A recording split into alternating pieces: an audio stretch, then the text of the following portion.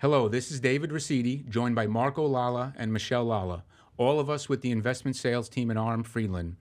We're here to talk about a few deals we've recently facilitated across the Bronx and southern Yonkers. Each property had strong fundamentals, but if you look at the metrics side by side, they actually tell very different stories, with cap rates, gross rent multiples, and price per units all over the map. So today we're going to break down those numbers, tell you why they came in so differently. We're going to tell you what was going on behind the scenes and what this means for buyers and sellers right now. If there's an owner or investor out there who's trying to get a grasp on today's market, we hope that this video can serve as a great starting point. So let's dive into the first deal. It was a 7-family in the Mars Park section of the Bronx. 6 of the units were stabilized, and 1 was a free market unit, which actually presented more like a private home with its own entrance, and it had higher end finishes. Here's how it traded: $980,000, 6.8 cap, 6.9 times the rent, and $140,000 a unit. So my question, and I'll start with Michelle, why did the numbers look so good for a mostly stabilized building? When it comes to this property, it was in a prime location. The Morris Park area is very desired by investors.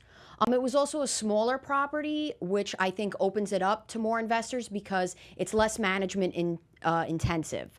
And there's a free market unit in the property, which I think attracted a lot of buyers because you could get market rate rents in there. And to elaborate on that, the free market unit coincidentally was a 3-bedroom, 2-bath, had a backyard with a swimming pool. There was 4-car parking with a curb cut, which is not very common for larger multifamily properties in the urban areas. The other interesting thing about this property, it kind of brought me back to my residential days. One of the showings that we had literally had 9 prospects lined up to see the property, and all but 2 were with outside brokers. So we actually co-broke this deal because of our team's maximum exposure, which is part of our marketing process. We were able to get a tremendous amount of interest from outside investors with their own brokers. That price point of about $1 million really opened it up. You'd be surprised at how many people are actually running around with $1 million in cash, because this deal sold without a mortgage. They closed on it without conventional financing. And coincidentally, even with all the exposure and working with the outside brokerage community, we sold it to somebody that had a 5-unit across the street. So we created a competitive bidding environment, because that guy probably saw that thing trade multiple times at significantly lower prices. And when he saw the competition, he finally stepped up to the plate. So that's one of the real benefits of a formal marketing process. So that's why that deal traded with pretty aggressive metrics on a per unit and cap rate basis, even as a rent stabilized building. Okay, great. Let's jump into the next one. The second deal was a larger asset, 43 residential units and 2 commercial spaces located near a major Bronx hospital. That was Bronx Care Hospital. Here's how the numbers came in there. $3.2 million, 12.9% cap, 3.7 times the rent, $71,000 a unit, and $85 a square foot. So those are interesting metrics, and there's clearly a story behind them. So again, Michelle, what were the standouts here? For this particular property, the standouts were that there was a reliable tenant in the building, Bronx Care. They actually took up 37% of the units in the building. They actually are a great tenant because they are guaranteed rent, on time, high rents. And actually, the neighboring properties there are actually all owned by Bronx Care. So they were the neighbors in the area. We were reaching out to them, speaking with them, seeing if they'd want to buy the property, but they didn't. And we were able to find another investor that did. Yeah, what was interesting about that is the hospital, who was approached not only by us, but prior to the listing by the owners, wanted to stay away from actual residential ownership. They're a hospital, they're not a management company. So what was interesting is most of the units that they rented, although they were residential units, were used as additional back-end office. So you had a building that was almost 1/3 empty at night. So ironically, that created a lot less wear and tear and use of utilities on it. So it helped the underwriting of the property. Now, a little bit of a backstory. We originally listed this property at 5.3. We had a deal fall through on it at 4.6. We then lowered it to 3.5. Then the offer started to come in at $3 million, and it created a bidding war, closing at 3.2, where the purchaser actually, because it was so competitive and we had a slightly higher offer, ended up wiring the entire purchase price upon contract execution, waiting for title to clear. So those were some of the interesting points. Now, I think the standout here, I think, is what people were getting a little confused, is the multiple of the rent was only 3.7 times the rent roll. I haven't seen a multiple like that probably in like 25 or 30 years, and the cap rate. So you just reminded me of a story that Michelle was telling me. To put it in perspective, Michelle, how old were you when the last time we saw cap rates at that level? If he said it was 25 years ago, I was probably like 5 years old the last time. That gives you a sense of where we are. We've come full circle. Generational asset.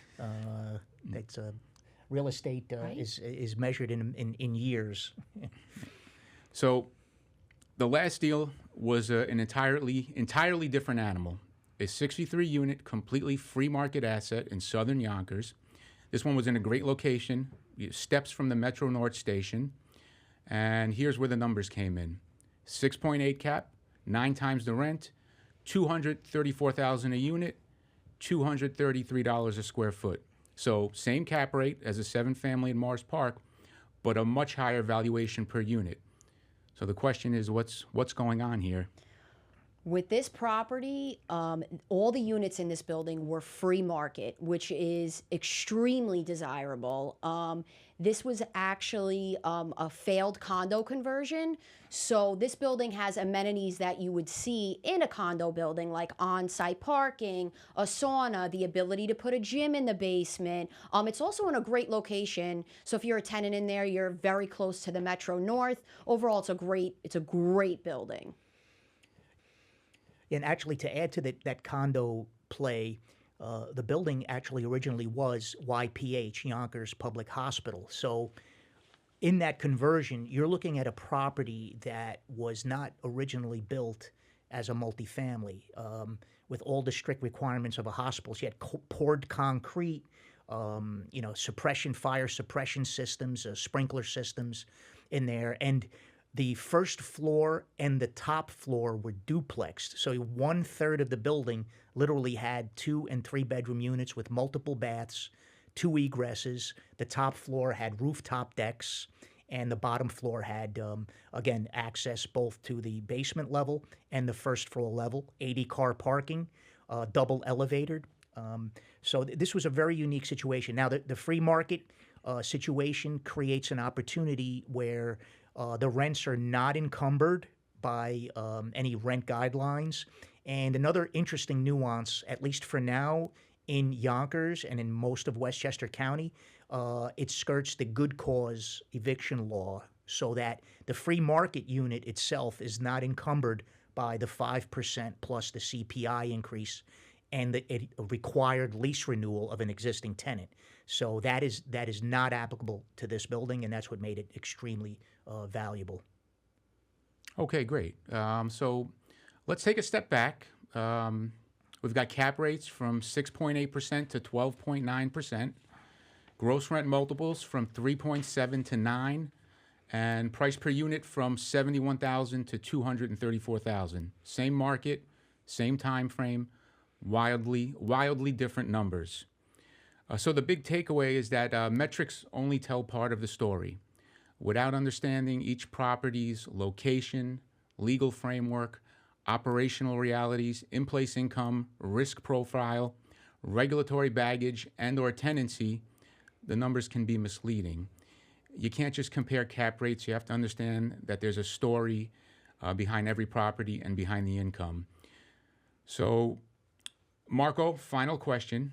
If there's a seller or an investor out there watching this video who's trying to make sense of where their property fits into this marketplace, whether they're seeing $70,000 or $250,000 a unit, What advice would you give them about how to approach the nuances behind these numbers? Right.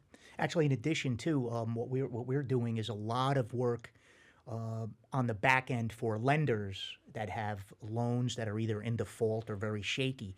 So I'm actually doing this analysis, which we are providing for free for landlords that are considering selling. And I'm also getting a lot of requests from buyers to ask me, point blank, what do I think of this deal? So just quickly in summary, I use this phrase a lot. Every building is like a fingerprint. It's very unique. It's almost like a scientific experiment. You could have the exact same building facing each other on the street. One could be filled with subsidized tenants. Another one could have low rent stabilized rents or rent control tenants. And then even within that realm of rent stabilization, you have to look at what the average rent is, how long that tenant's been in there. So it really requires some insider knowledge. So that's where I think our team thrives, because not only is our track record proof of our ability to navigate, these complexities in the real estate market, but we have the insider knowledge, and we also have, as you can see, a family approach where all of us put our heads together to try to look at our depth of experience to kind of find out if we have a resolution or an ultimate option for our prospective client and what direction they should go in. Great. So if somebody needs to reach out. If somebody needs to reach out, please feel free to visit www.rmfriedland.com or contact any one of us at mlala at RM Friedland, or Dave D. Raciti at RM Friedland, or Michelle M.P. Lala at RM Friedland. Thank you.